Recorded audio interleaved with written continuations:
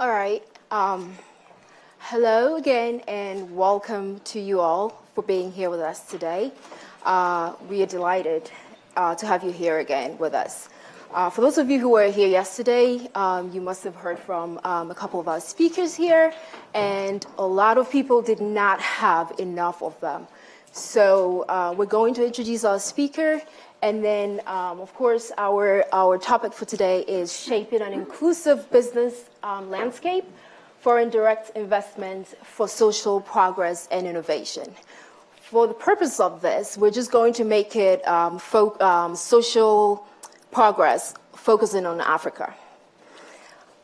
To my left, we do have Her Excellency Monica Gringas. She's the First Lady of Namibia. She was here yesterday. People loved her, and I know you will love her too today if you were not here yesterday.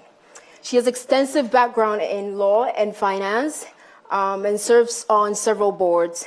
She is the Managing Director of Stimulus and the General Director of Point Break. You'll get to know a lot more about her the minute she starts to talk. She also has one foundation which focuses on breaking the poverty cycle in Africa.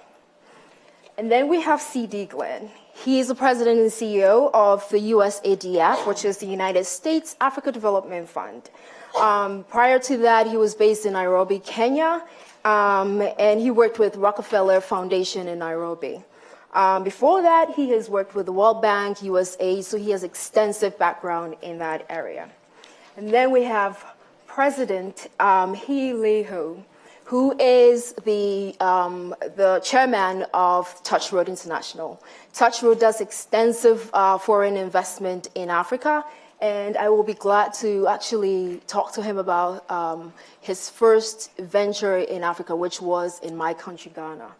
So welcome to you all, and we can start off with the landscape. So the way I'm going to structure this is I'm going to try to make it interactive between the panel and you guys, because you're here to listen to them, not to me. So I'm going to make sure that you get what you need out of this today. Starting off, we're going to go on in 4 different sections. We're going to start looking at the current landscape of foreign direct investment in Africa, and then we can move into the trends, the current trends in there. We can look at China's role currently in there. It's a bit controversial at this point. And then finally, we can actually talk about the future trends of foreign direct investment in Africa. So let's start off with the first part, which is the current state of foreign direct investment. So the total number of foreign direct investments, the number of projects in Africa, were 705 in 2015, with a capital expenditure of about 66.5 billion. That's huge. I'm going to put it to you. I'll start off with the First Lady. Is this another form of colonization, as people have actually felt about it? In effect, people think that when we allow foreigners to actually come in and hold stake and in our businesses, in our infrastructure, it's a little bit more of a soft form of colonization all over again. Can you expand on this and let us know what your thoughts are on that? I think that argument comes a lot when it comes to how Africa borrows. And that argument is relatively fresh. It's in the last 3-4 years because of the complexion of the lender. So Africa's debt challenge is being discussed at the moment because the debt agreements are being signed with China. Where was Africa borrowing in the last 2 decades? And why wasn't it a problem then? And I was looking at a graph called the United Nations of Debt. And Africa's debt relative to other countries globally, I think it's 1.5%. So you can't help but think that this must be an issue of who the lender is, and possibly where I see some of the problem is the kind of debt agreements that we do sign. So I don't agree with debt agreements signed by national governments where you cede national resources or national assets of any kind. And unfortunately, some of those debt covenants include that type of thing. But like in any commercial arrangement, you get what you negotiate. And that's why we need to look at our negotiating teams who are signing these agreements. So I don't see an issue with borrowing from China as an African country, but I do see an issue when your negotiating team isn't equipped to get the best terms. So I don't think it's a form of soft colonization. I think that's a bit of a parochial argument. We're speaking of a global village. We're speaking of how Asia has integrated itself into the global value chain and how Africa still has not made an impact in the global value chain. Another problem I have is that I think when you mention those numbers of what foreign direct investment is in Africa, remove resources, and that investment becomes very little. So I'm very insensitive when African governments are trying to resolve structural issues in their economies, and they're being told, but you'll chase away foreign investors. DRC right now has got 6 million refugees that fled the country, and the people who have not fled are the miners. So foreign investors stay when it comes to resources. And I think we must categorize them differently and focus on FDI, which does not have to do with resources. And then we can speak about what is it that foreign investors really want. Gotcha. You touched on 2 points. The first is negotiation skills of Africans when we're getting into all these investment deals. And then you also spoke about the majority of these deals actually in the resource-rich areas of the. So there was a research done here by the African Group. The top sectors that FDIs went into in 2015 were actually the resource-rich areas, so oil, gas, mining, and all that stuff. So you're right on point on that. Sidi, I would want to hear your perspective on that. How do we move from the oil-rich and the resource-rich areas of foreign investment into possibly the service areas and the tech areas and put a lot more focus on that? I think the First Lady, Madam First Lady, said it best in numerous ways around it being a global village, around trade and investment is a global opportunity. And I think the key word there is opportunity. Africa, from a U.S. standpoint, is a place that's somewhat unknown in terms of investment beyond natural resources. And it's a place where my organization is focused on creating those opportunities because when you're looking at the continent, whether it is beyond natural resources, the question is, where are the real opportunities? Where are the quote-unquote deals? What are we investing in? Is there an opportunity for an able and stable environment for us to invest in? And so unlike China, which will come in with a different landscape and a viewpoint of the African continent, American money, if you will, and investors are looking for opportunities and maybe shorter returns, but also have different ways of lending. And my agency is in sort of the creation of an enabling environment. When I talk to different government agencies or lending institutions or equity investors and they're looking for deals, my job is to sort of use catalytic capital grant financing to de-risk follow-on potential investments, especially in areas such as agriculture and areas as renewable energy, manufacturing. Even the last panel had a big focus around fashion and textiles. And so there's something called the Africa Growth and Opportunity Act. It's a bill, a U.S. law that really looks at trade and investment in Africa. But the biggest challenge is, where are the real opportunities? Where are the quote-unquote deals? And so, different types of investment into the continent. I focus around, again, grant financing. Why? Because it's non-diluting capital that can give African enterprises, entrepreneurs, and companies maybe the jump start they need to become competitive and to become actual opportunities for greater investment in different areas. So I don't look at it as a new form of colonization. I look at it as Africans having the opportunity to be an attractive market, not only for outsiders, but for each other. I mean, a big part of the conversation needs to be also focused around inter-Africa trade. and trade within African nations beyond trade within the United States or with China or other external nations, but inter-Africa trade, and how do we stimulate that? And a lot of it has to do with creating more stable small and medium-sized enterprises that can become large enterprises that can take on levels of debt or levels of equity investment. President He, your company makes a lot of investments in Africa. What is your take on this? The first few points that we raised concerning the new wave of Asians or Chinese getting into Africa, and then the negotiation part of these deals that are a bit tilted towards people coming in with their investments in the capital. What is your take on it with regards to Touch Road International? Thank you. I'm sorry, I'm suffering from a time difference.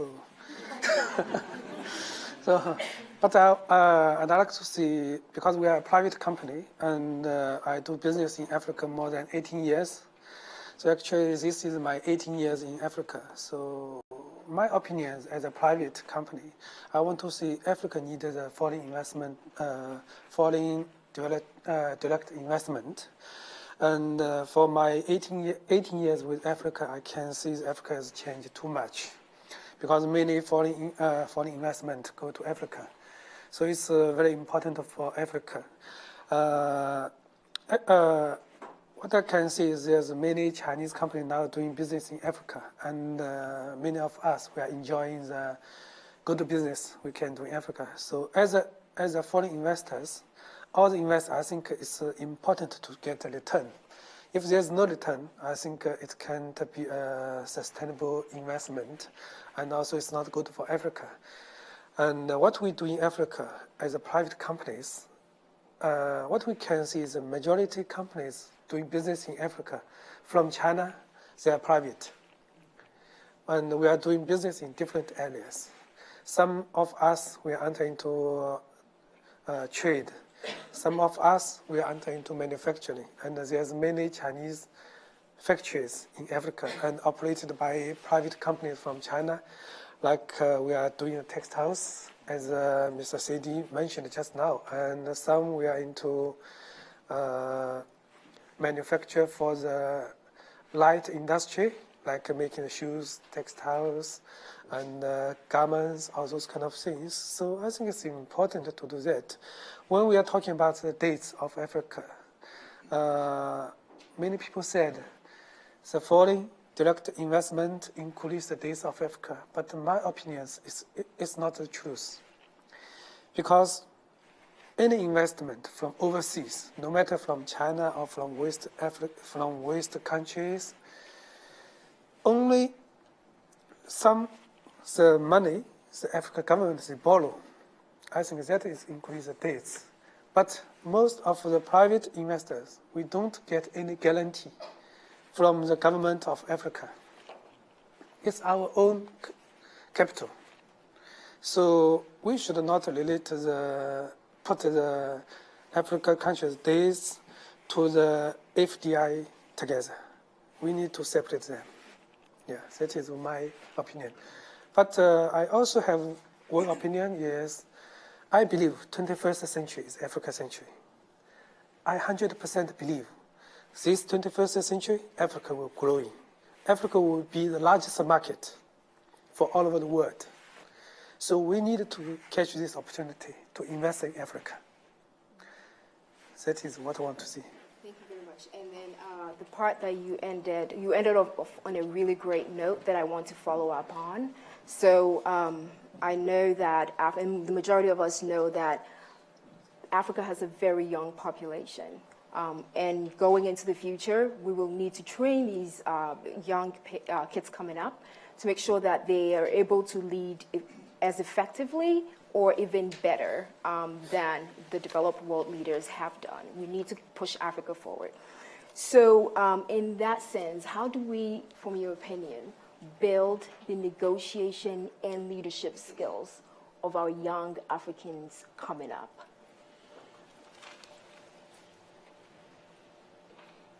So the challenge when you're a first lady, you have to be so careful of what you say. So I'm not speaking of Namibia. I could be speaking of a mythical country called Nambia. It's not Namibia. So in some African countries, because we recently got our self-determination and political freedom, we're very proud of our national airlines. We like to see our flag when we land at international airports. It doesn't matter that they're not making money. We're very proud of our passports, and we're very stingy when it comes to giving work permits. But at the same time, we admit that we have a skill shortage. So I'm definitely there where I see a huge opportunity. Then rather than denying multinationals work permits that gives them certainty, have a quid pro quo and say, if you're multinational, you're based in France or you're based in the UK, bring your person in, we'll give you certainty, your person can be here for 4 years. But in exchange for that, I need you to take 10 Ghanaian students and send them to Oxford. So there must be, so rather than stopping work permits, because they'll pay for them if they need to be, rather have some kind of offset where you train and capacitate young people so that in 4 years' time they can come back from Oxford or they can come back from headquarters in Paris or Amsterdam or Washington, D.C. or whatever it is and apply that skill in the country where they came from.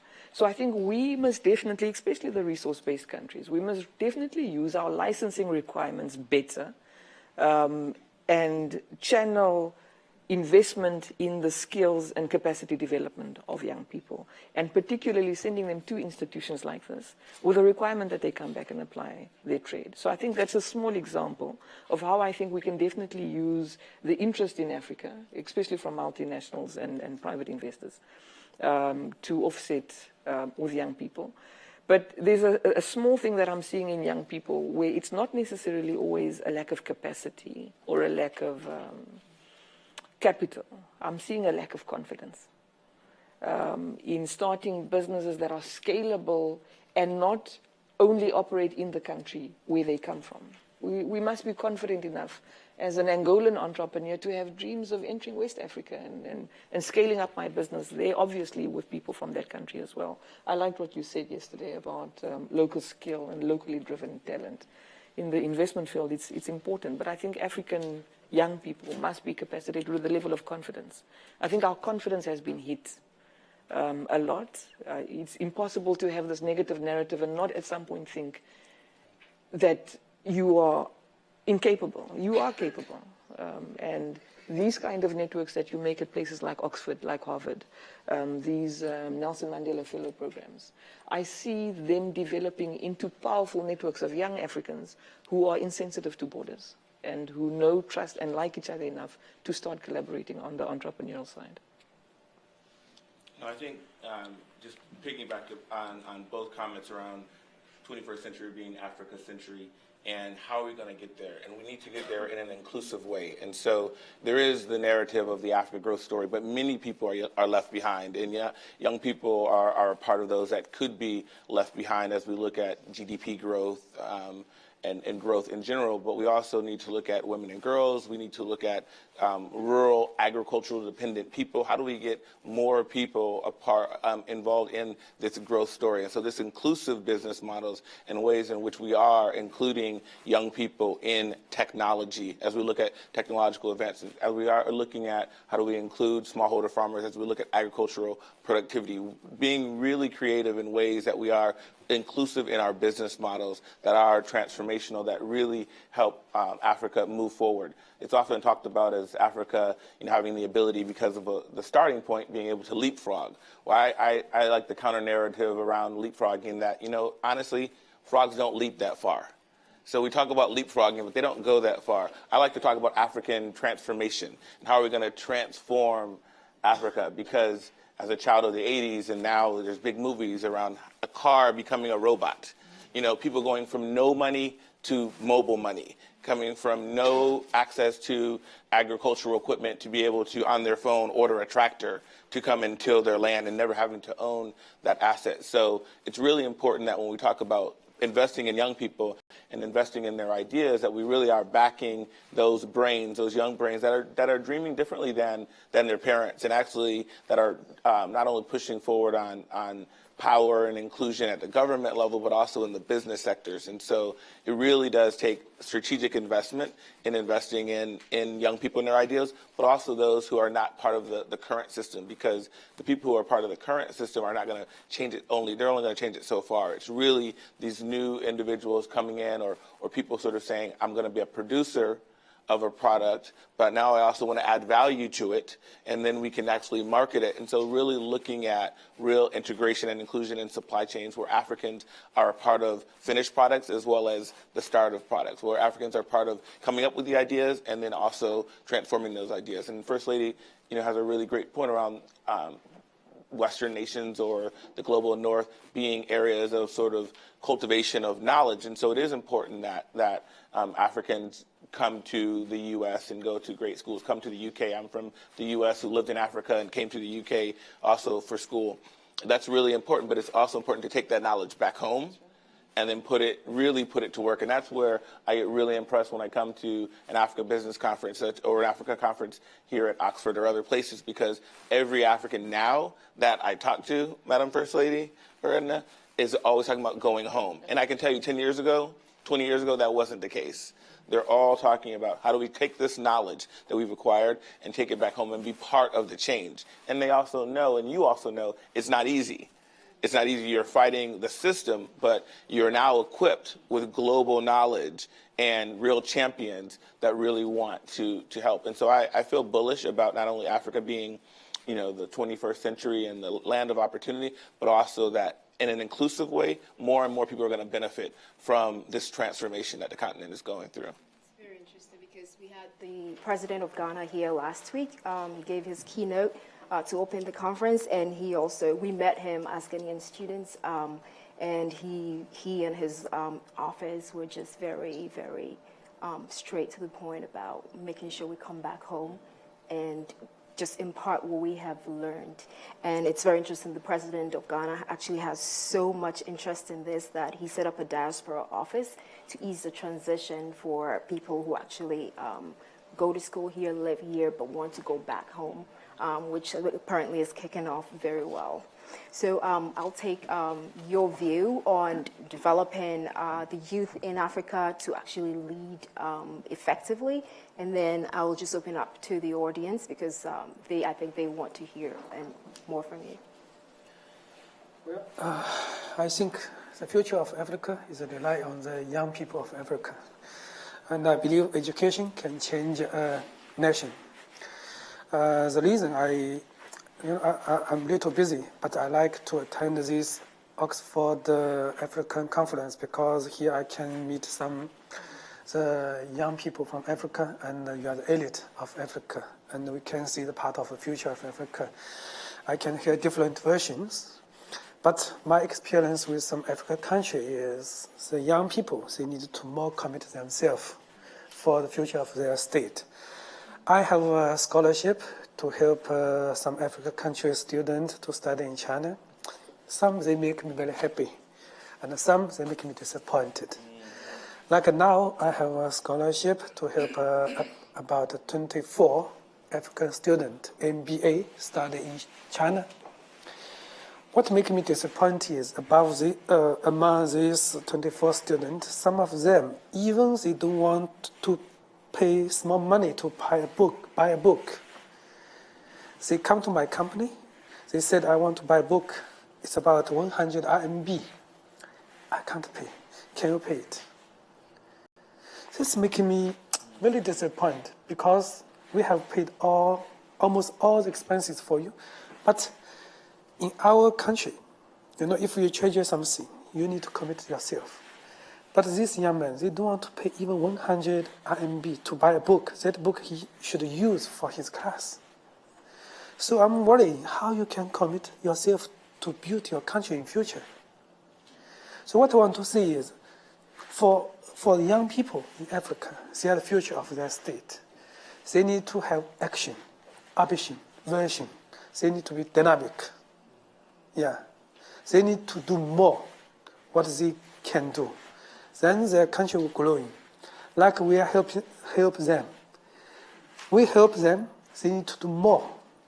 Then we put our energy together. It will be benefit for their country. So that's why I see the version is very important, especially for young people. They need to change their version. You know, when I started my business in Africa, I get a lot of questions from my people in China, because many of them, they didn't went to Africa before. Many of them asked to me, they said, African people, they're very lazy. I told them, no, it's not like that, because they only read from news. And what I can see is Africa is a continental. It's destroyed by some media. Yeah. But how to change the opinion of the people is rely on your action, your behavior. If your behavior is good, it's easy to change the version of the people. If your behavior is not good, how you can change other people? How you can change your country? So I think the youth people of Africa, they need to think what kind of behavior and what kind of image you can give to the world. That is very important for the future of your country. That is, I want to say. No, I think it is absolutely profound. It goes to something the First Lady said yesterday and today around confidence, and we can use that word confidence in different ways. But we talk about speaking truth to power a lot as Black people or people in the African diaspora, but we also have to speak truth to each other sometimes. And so, hearing Mr. Li Yu say that, it's really empowering for me, because there is something. I work in the international development space, right? In that international development space, now the conversation is about aid versus trade. It's about Africans doing for themselves and leading the way and letting us as external investors follow your lead, but you have to have that vision.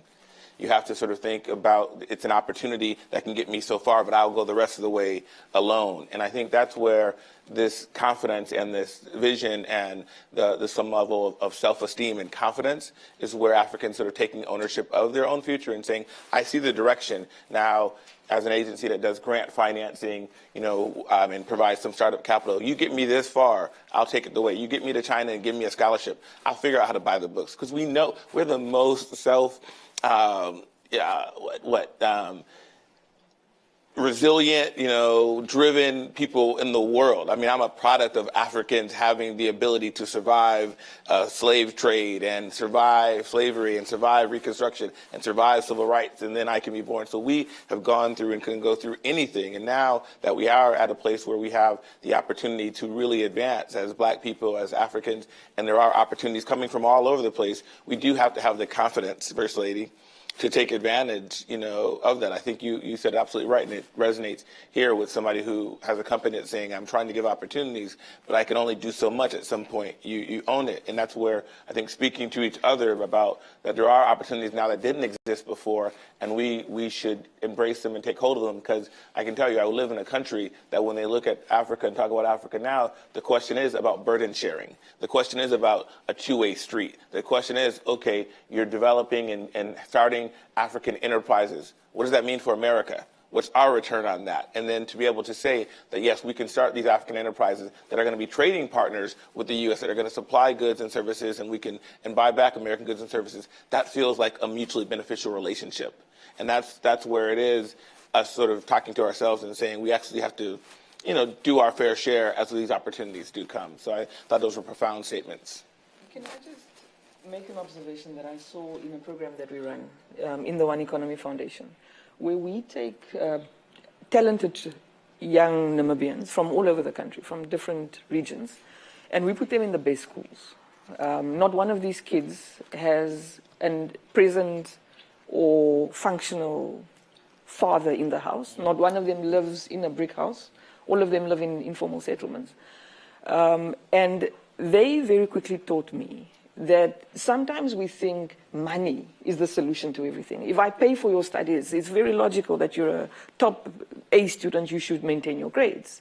That's not my experience. My experience is that the children need more than just funding for their studies.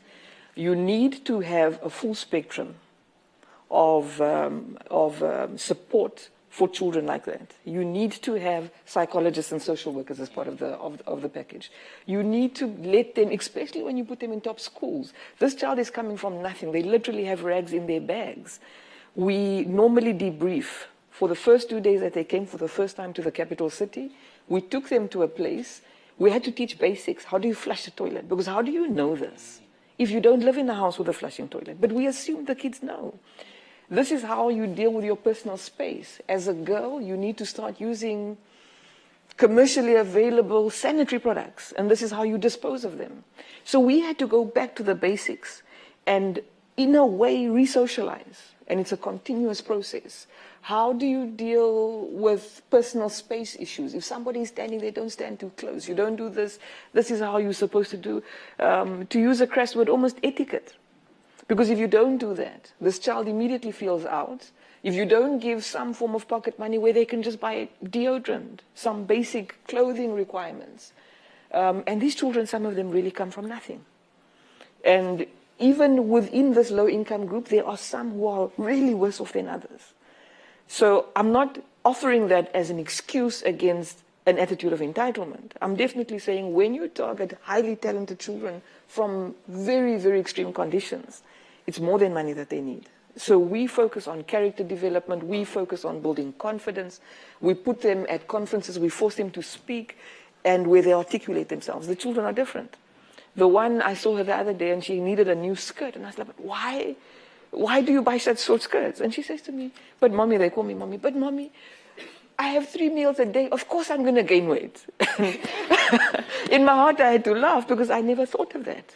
I never thought of the need to debrief them when they're coming from their boarding houses where there's 3 meals a day, hot water, a flushing toilet. What happens when they go back on holiday? So I realized that even there they need some kind of psychological debrief. That don't be ashamed of where you come from. Don't be ashamed of your relatives and what they live in. You are not better than them. So there's a whole socialization process attached to this. I know some Namibian students who ended up in China, for instance. Many of them got a cultural freeze because we didn't prepare them. The food is different, the people are different. And you know, as Africans, we like to talk, even the guys, we hold hands when we're walking, it doesn't say anything. We just socialize differently. Now, if we're going to send children into environments that they're not familiar with, we must debrief them. There was an incident where one was flying overseas and refused to eat because they thought they had to pay. They didn't realize in a plane you don't pay for food. So I think we must be a little bit more sensitive in terms of preparing our children for different environments and to maintain their mental health, because there's a lot of depression and suicides of African students in other countries, not only China. And I think it's because we're not debriefing them well before they go. So we must protect them and re-socialize when we're putting our people in different environments. But I think the First Lady sort of piggybacked on 2 points. So one, where did African nations have the ability to negotiate at the highest levels? Because what's the carrot? Using the carrot and stick metaphor, what's the carrot? That there's cash, there's money coming. But if you don't have the ability to negotiate a good deal, then you may get the wrong end of the deal. If you sort of say, what's the carrot in the other example of young people going off to school or having any kind of opportunity, again, without the skills, the softer skills, negotiation skills, management skills, acculturation skills, then all of this investment, whether it's foreign direct or what have you, really it's more than money. I mean, even every investment that we make, it's not about the cash. It really is the cash, the money is one of the M's, but we have 3 other M's that focus on management, the management ability of the enterprise, of the cooperative, of the entrepreneur. We focus on mentorship because you need an example of, especially in the startup business or early stage enterprises, who are your models, where is this mentorship? And then we also focus on market-based solutions. So where is there really a market? A lot of people have ideas. Will somebody pay for them? You know, is there a market? So I think if you look at that, even from an early stage investment perspective, the money is the easy part. The other part are all the other soft skill things that need to be taught that don't come, that have to be matched with that. And so as you talked about the highest level of FDI with African nations, and then sort of, let's say, the lowest level of just somebody getting an opportunity for education, it's all those softer things that we have to be not only inclusive, will have to be integrated. It has to be an integrated approach. I'm going to open it up to the audience now, and then, do we have any mics around here? Okay. We'll take it. Hello, my name is Nanki Ramabu from Botswana. I'm actually a very practical person. I really want to know how this shaping and inclusive business landscape translates to the people on the ground in terms of the women and children, because my research area is on child sexual abuse, and I've realized that the children, even though I advocate for children, their experiences are linked to women. So it kind of has forced me to examine the status of women in our communities and then realize that the women have less access to resources. So I'm really interested in getting to know how all this could impact. I know that you actually mentioned the one foundation that you are working on, which is actually a great initiative. So I want to see the reality of what we're talking about in terms of how many children are we providing for? Because I was sharing with somebody my findings earlier on, she was going like, oh, you come from Botswana. I never expected to hear something like that, because Botswana sounds like it's got a very high GDP, but on the ground, that is not translating to the people on the ground.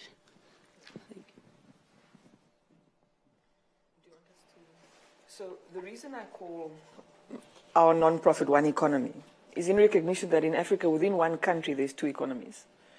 And how do you get that second economy integrated with the first economy? Because you're dealing a lot with the first economy. And is that the problem of foreign investors? So it's very much what you say. It's something I personally have difficulty with. Where you are right, where you say we must have honest conversations with each other. But I'm very reluctant. There's many discussions that you see sometimes even on public platforms. And I agree with you what you're saying about some African governments, but I'm not going to join you because our intentions are different. So one is saying it because they want to say, you see, these people are hopeless, they can never fix this. Whereas I'm criticizing my government and my continent from a perspective of saying we must come up with solutions. So I don't join everybody in bashing Africa, even though in private we do it. But I don't go onto global stages to do it. So we have problems that we need to fix. The issue of women and children is the issue of patriarchy, which is a global problem. But in an African context, it takes a different dimension because of our beliefs and cultural practices and cultural beliefs that are incompatible with the 21st century. We speak in regions, for instance, and some kids are part of the first economy, African kids. And they'll talk to us about being bullied online.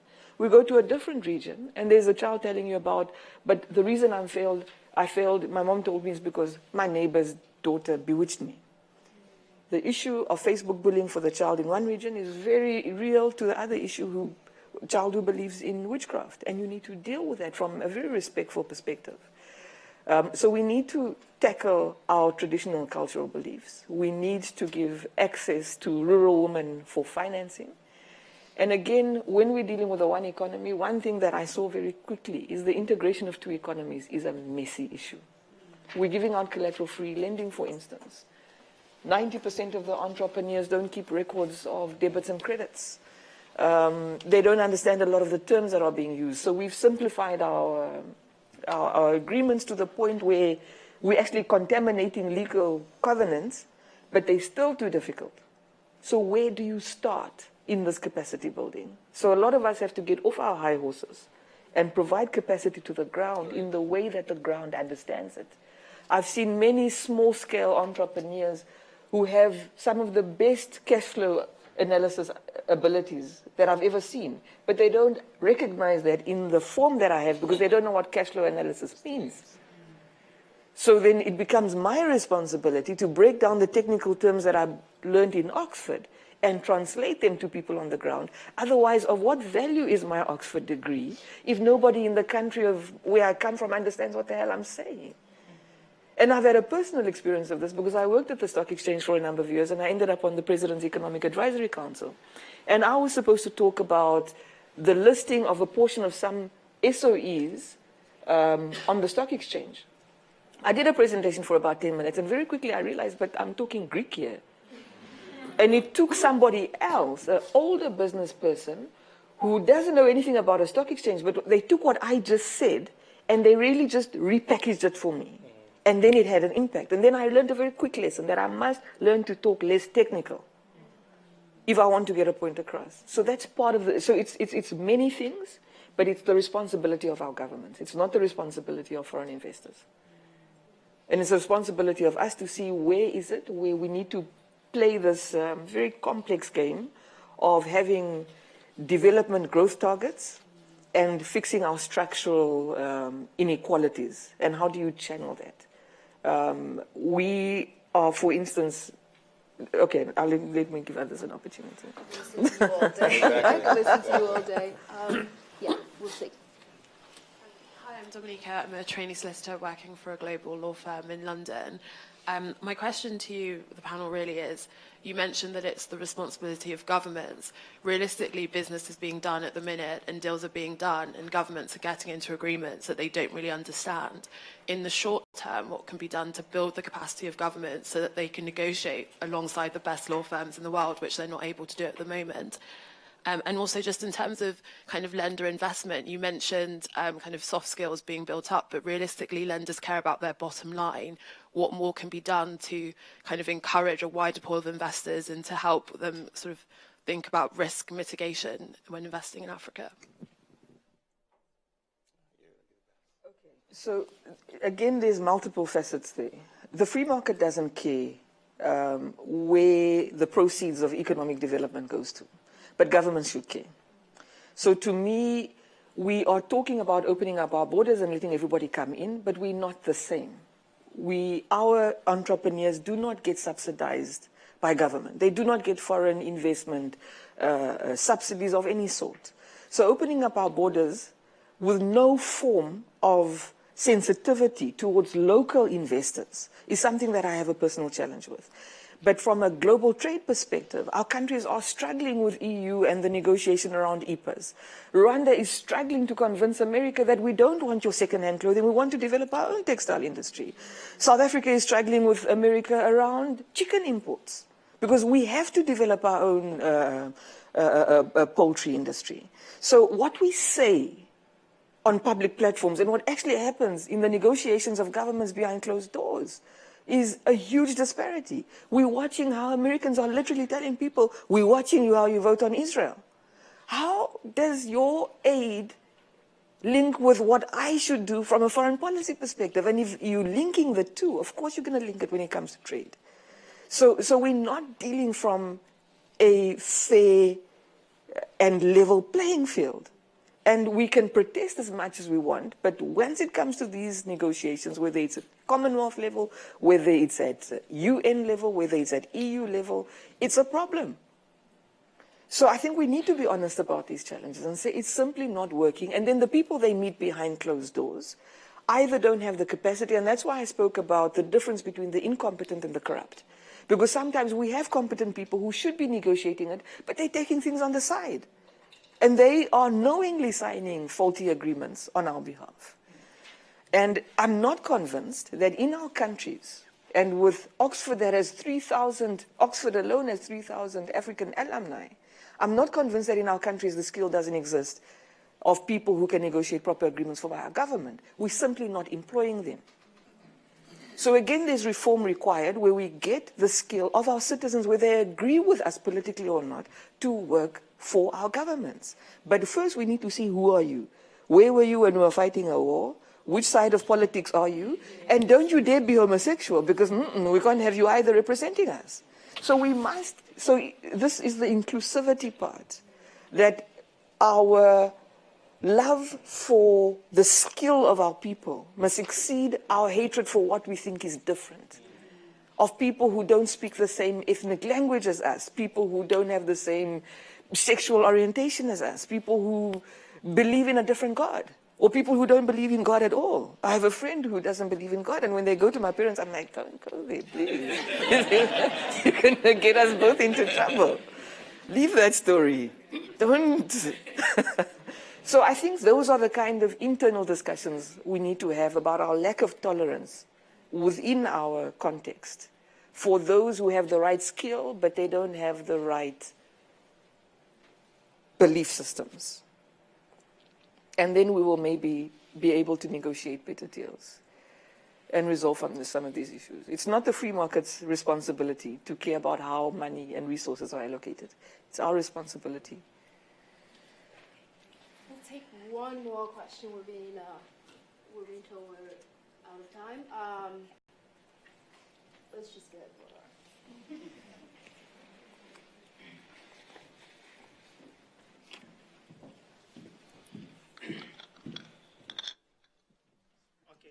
Thank you very much for that exciting presentations. We have heard a lot about, investment in Africa, but at the same time, we have also seen that the investment that comes in Africa is way low compared to the money that leaves Africa. And we have also seen China's transformation, China closing off itself from the world for quite some time and actually building local capacity, building local investment and making sure that, and then coming back to be able to negotiate at the same level with everybody. Can we then say if Africa closes off itself and leverage on its the potential of its young minds and build local capacity, can we be able to negotiate better and be able to benefit from foreign investment afterwards because we already built the capacity that we need to be able to do things ourselves? I think that's a tough proposition, and for a lot of reasons. We talked about free market. I mean, protectionism is helpful and works in some industries to build an industry. I mean, as an American, I was just in Rwanda, and before that had lived in six years in Nairobi, and just to go 2 weeks ago to Rwanda and to see on the front page of the East African the perspective of Rwanda on, as you mentioned, Madam First Lady, secondhand clothes, and saying we're going to build our internal textile capabilities because we need to do that, and so we can't take all these secondhand clothes, and it's going to be disruptive for some time internally because there are people who earn their living every single day selling secondhand clothes, and a lot of them are women who are going to be disruptive. But the bigger long-term opportunity is for Rwanda to have an effective, profitable textile industry of some sort. So these kind of decisions, they're interesting, and I think the one thing I would say about that is that if it's about Africans and African nations having not necessarily more protectionism or more free market, it's about having a position. What do you really believe in your country? And in your country, if you have a position, that at least tells me as an external investor or somebody who's coming to support your own development, where you want to go, what you believe in, and I have to at least meet you there because you have a position. And that's where I think we are in a really, really powerful day and age now with many nations and African leaders who actually have a position. Having that position gives you a starting point when you are talking about trade and investment, or you're talking about, how are you building your economy. If I come in, we go into local communities. We are in the grassroots, but our whole mantra is to meet those communities where they are. So we have to change some of our tools, some of our operating models, some of our systems to meet those local communities. If they're illiterate, we have to figure out how we can help them, write out the proposal applications. If they aren't English speaking at all, how do we translate that into Hausa and then into English? I mean, we have to figure out, because we're saying, if we're true to who we are as external parties coming into communities, if that community is saying, this is where we are, if we want to have an impact, we need to meet them where they are. And so I don't think in this day and age that Africa, as 54 countries that are dynamic and all over the world, are saying we want to close out Africa. We want to open up Africa to many of the opportunities that the global marketplace can bring, but Africans and African nations and African communities having a stance, having a position by which to signal to those who want to come in. If you want to come in, if you want to help me how I want to be helped. Support me how I want to be supported. Help me go where I'm trying to go, not necessarily like it was 50 plus years ago where all of the opportunities and the solutions and the ideas are coming from outside and being infiltrated in. So I think that's more of the conversation. It shouldn't be about protectionism or free market. It should be what's the African nations, African communities positioned on where they're trying to go, and how can external parties and other people help you get there.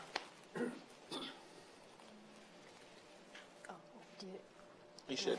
Yeah, I think, will the inclusion of our skill help us negotiate better agreements? Yes, it will. Will the inclusion of our skill help us have this vision of what is it that we need from foreign investors and shape that? Yes, it will. What it also means is that when we speak, Namibia recently broke down what we used to call the Foreign Investors Act. Because there were many protections in there which were very good and very useful. But therein lied the problem to call it Foreign Investors Act, because often African countries treat foreign investors better than we treat our local investors.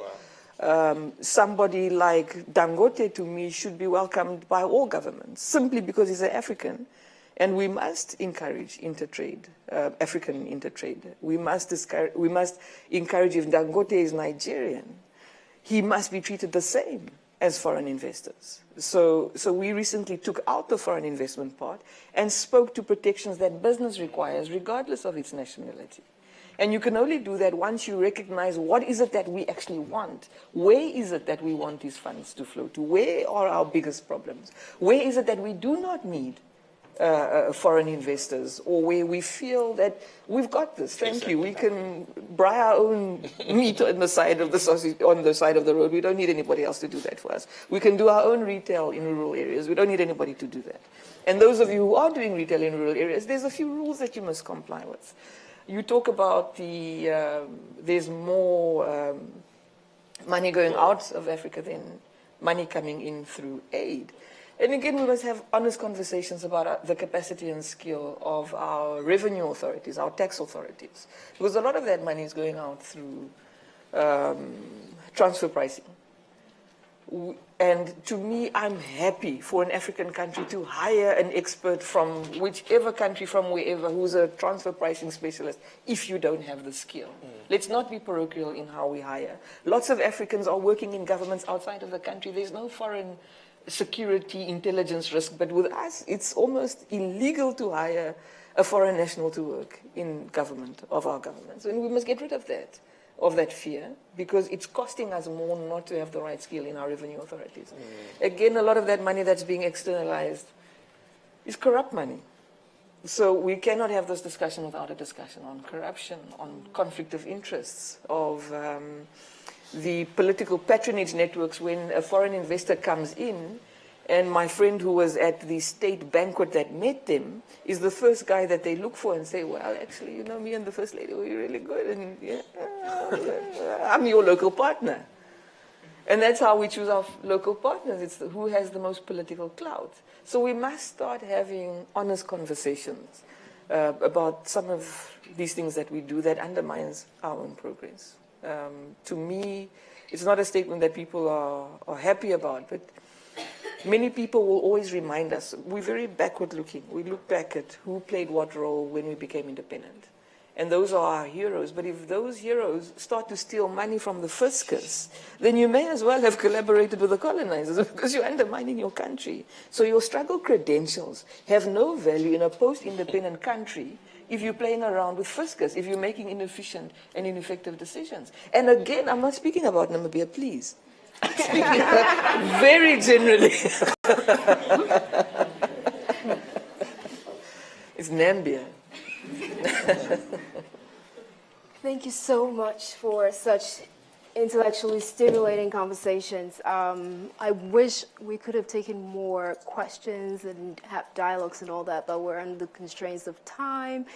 But one of the reasons we wanted to really have a theme this year of enough rhetoric, moving beyond the rhetoric and making sure that we catalyze an era of concrete actions was to make sure we bring people like these panelists in, get their thoughts, and make sure that after the conference, we as a committee sit down, digest the information, analyze it, and then put it out to the relevant government authorities who are able to look at these and take some of the recommendations, some of all these stuff. So besides this, keep the conversation and keep your questions going on hashtag OxAfrica18. If you have any questions, we're going to be looking at the questions. We're going to synthesize them. We're going to collate them. They will not be left unread or unanswered. So just go there. If you have any more questions, put them out there. We will look at them and we'll make sure that we drop them into our report and send them over to the relevant parties. So thank you so much for your time and thank you so much for being here with us. We could sit here and listen to you guys all day, but thank you so much.